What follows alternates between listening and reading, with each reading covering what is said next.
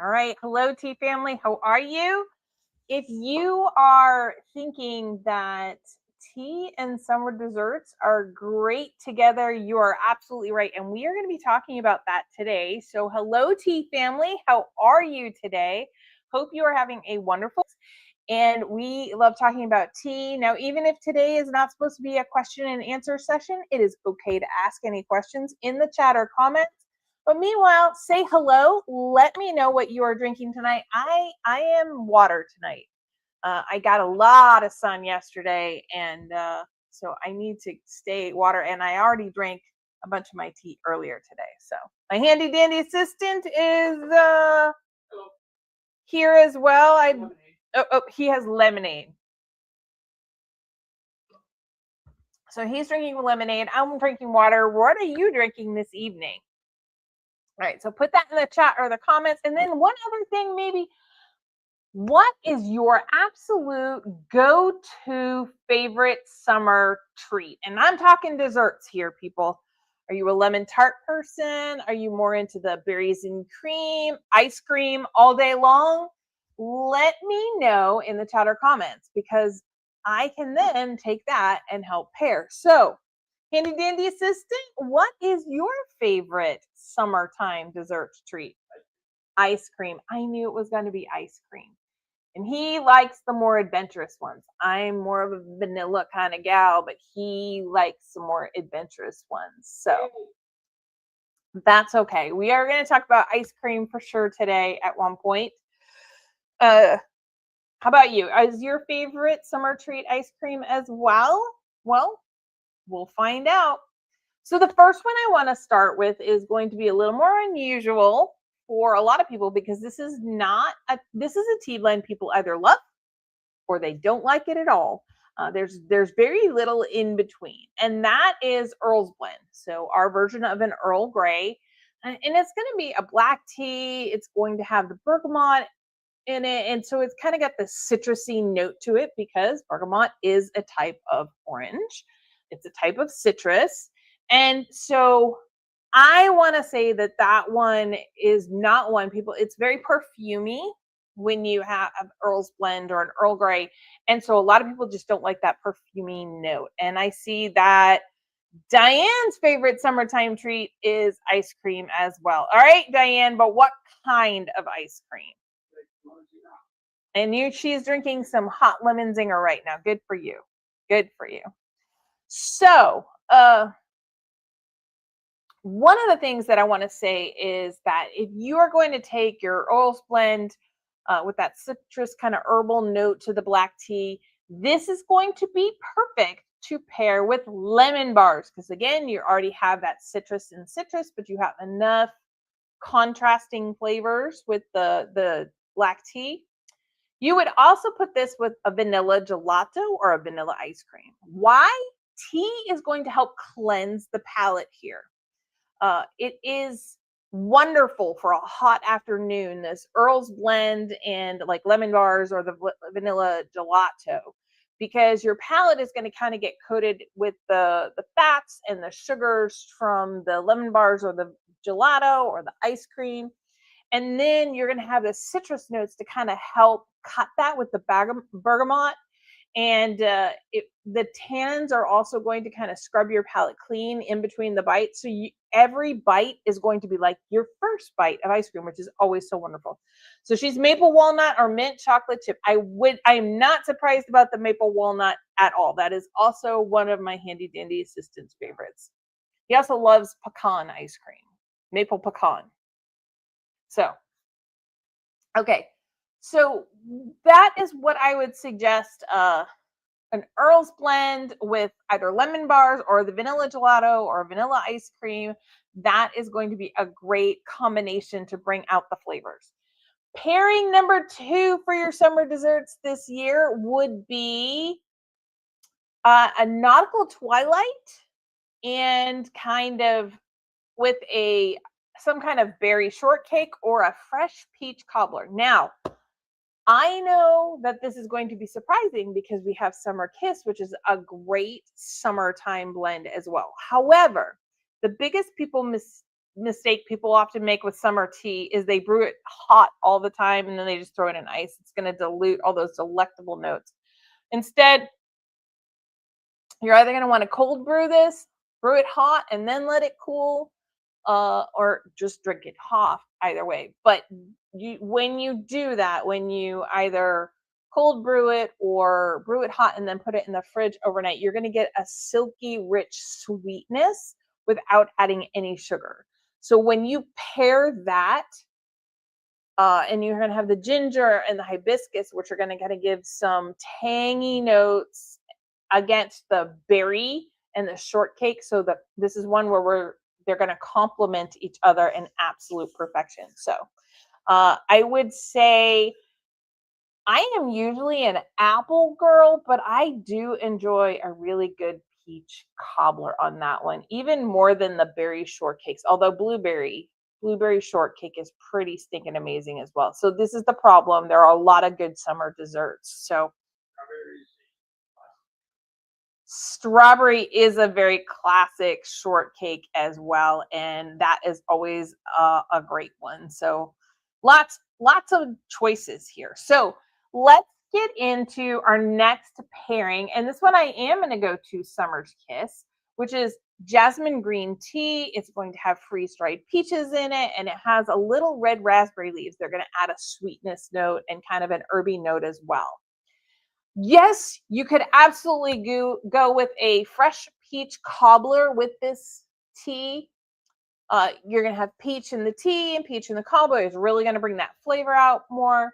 You could even go with a mango sorbet. Again, you're going to have similar notes, peach and mango. They like each other in that the flavors are really amazing together.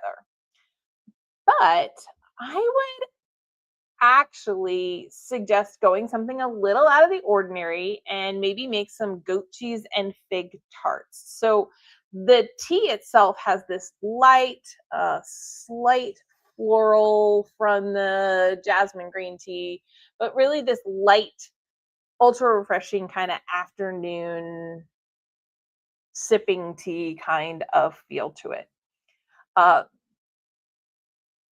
That is going to add some natural floral notes. It's also going to amplify any stone fruits like, figs and the goat cheese, where you're going to have some contrasting flavors. I do like that for this. It's going to give it, the tea will give it a much more velvety figure, but also if you're just going with like the mango, that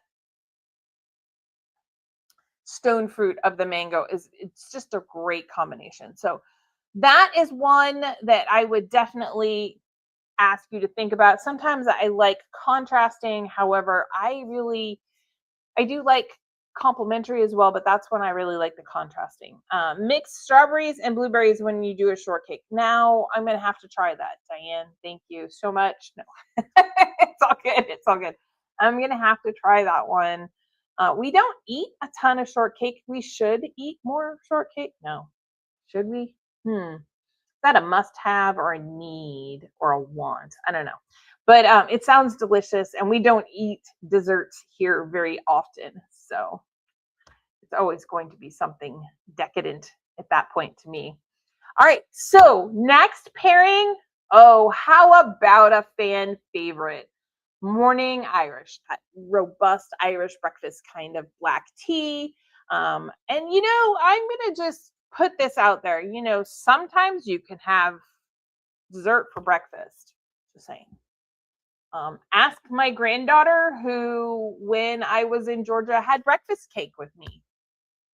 Her sister and Rich went to go antiquing, and the other granddaughter and myself went and got some breakfast cake, because when you're with your grandkids, not all the rules apply. But in this case, what would I put with morning Irish? I am really going to look for some like super dark chocolate brownies. But if I'm doing it in the morning, cinnamon, sugar, donuts. You're going to have some of the sweetness and the cinnamon to pair with the morning Irish. We already know that Irish Sunrise is a morning Irish that has cinnamon in it. It's the same kind of thing. You're going to get that wonderful mouthfeel. It's a donut. It's a kind of a breakfast cake. Diane says she loves using white cupcakes or blueberry cake as the shortcake base. Oh, that's good. That's good. We usually just make a nice yellow cake, but see, I could try that. Of course, that means we have to go back to the grocery store, honey, and get some strawberries and blueberries. But oh no, we have blueberries. We might need strawberries. Mom used to make angel food cake. That's right. Mom did use angel food cake for her shortbread. That was always really good too. Shortcake. Yeah. For her shortcake. Okay. So when we look at this, I'm also going to say if we're moving it back towards the end of the day for real dessert, okay, this one is one that my handy dandy assistant will absolutely love. I would pair morning Irish with a salted caramel cheesecake. You're going to have the caramel notes, which are going to really balance against the robust malty kind of flavors of the morning Irish tea. But then you get the cheesecake, which is going to add some creaminess and a little bit of dairy, almost like your cup in the morning. Like I'm just saying, a salted caramel cheesecake paired with morning Irish, that is dessert time for my beloved. Thank you. I now want dark chocolate walnut brownies. You know, Diane, you did the same thing to me with the shortcake. Okay. I now have to think about that. And I'm like, I'm literally in the back of my head thinking, okay, well, if I put the butter out now, we could defrost it in time and I could probably make some shortcake as cupcakes, and then we would just need strawberries, and the grocery store is still open. So you're doing the same thing to me. It's nice to know that we're both in the same boat. But and this is great if you are sensitive to caffeine. Brew your morning Irish, have your first cup, have your second cup, and then wait and brew that third cup in the evening. And you can have a nice hot cup of tea, but most of the caffeine is gone out of that. So you won't have the problem with staying awake if caffeine affects you. Just a little thing. And then you can have your salted caramel cheesecake or your dark chocolate brownies with walnuts. Maybe throw some chocolate chips in there, whatever. I would probably go with cinnamon sugar donuts. That sounds really good, but I won't be having that either. So we'll go with it. All right. Next pairing that I want to talk about is our green mint. So this is a blend of green teas. It also has peppermint and it has lemongrass in it. So it's kind of cooling. It has peppermint, so it's not as pungent and potent as a spearmint. What am I going to put with this? Some of the most popular desserts of the summer: lemon meringue pie, key lime pie, and here's where we can even go with some of those fresh berry fruit tarts. This is going to be a great super hot day palate cleanser. In other words, it's going to be a natural AC for your palate. If it's 90 plus degrees outside, or where we live, where we get over 100 for a lot of the time, and you want something that instantly cools you down, green mint will be the tea that you're going to want to choose. Mint naturally has menthol in it, which is going to kind of trick your cold receptors on your palate into feeling like they've been cooled down by like a breeze. And so you pair that green mint tea that you've brewed up hot and then cool down, or even you can have it hot with a tart citrus dessert like a key lime or a lemon meringue pie. You're going to have the crisp acidity of the lime or the lemon combined with the mint. It's really going to have a great contrast, and you're going to bring out all those flavors back and forth with each other, and just really, you're going to kind of cleanse your palate and really be able to enjoy that one. So it's super easy to make that dessert, especially key lime pie or a lemon meringue pie in the citrus desserts. You make them in advance, and then, make that green mint tea, and you'll be all set. So I see Diane's laughing at me. That's okay. All right. I also want to talk about another And I know I promised you 6, but I think this is going to bring me to 7. But you just get a bonus pairing. That's all. Just a little bonus pairing. And that is going to use a caffeine free ruby chai. And I lost my place for my notes. So, ruby chai has rooibos, cinnamon, cardamom, clove. Yes. I had to think. Sorry, everybody. Like, I start to get confused because our onyx chai, our black tea, has a little bit different um, chai blend, and I haven't been in the kitchen as much this time, so just wanted to do. But like, if you do that, ruby chai, the caffeine free chai, I am going to absolutely want to pair this with a dark chocolate mousse. Now, I have to be honest, that means it's also going to be a great match to a French silk pie. Now, this is one of the ways you're going to get dessert without the sugar crash. If you want that rich, luxurious, late night sweet treat feeling without feeling heavy before bed, when you pair dark chocolate or even grilled peaches with a warm, caffeine free chai blend, the earthy vanilla and cinnamon notes are going to complement the cocoa and give you a really full sensory experience. It's going to really help you relax, unwind, and feel way more sweet than it actually is. So you won't have that sugar crash. But this is another one where grilled peaches and maybe grilled peaches with some ice cream on top, or grilled peaches with a little bit of cinnamon and whipped cream on top. That would also go really well. I am on a peach kick right now, only because they are very typically a summer fruit. The berries, I would stick to the strawberries and the blueberries with some of our other blends, especially the green mint. But peaches and ruby chai, that caffeine-free chai blend, absolutely would go really, really well together. One of those things that you can always enjoy. And then again, I will say that most of the time French silk pie does not actually become pie in our house, because it is one of the desserts that Rich is so amazing at making that he has a reputation for it. And so most of the time we just don't even bother with the crust, and we put it in little jars, and they're like, you get this much. So we're not eating so much. We put them in little glass.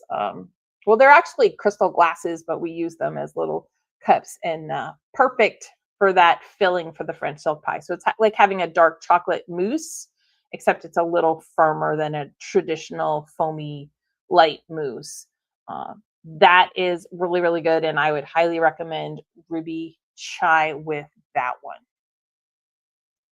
So, which one of those would be your absolute favorite? Which one of those sounds like it would be the one that you're probably going to go ahead and make right away? Thoughts? Put it in the chat or the comment. Um,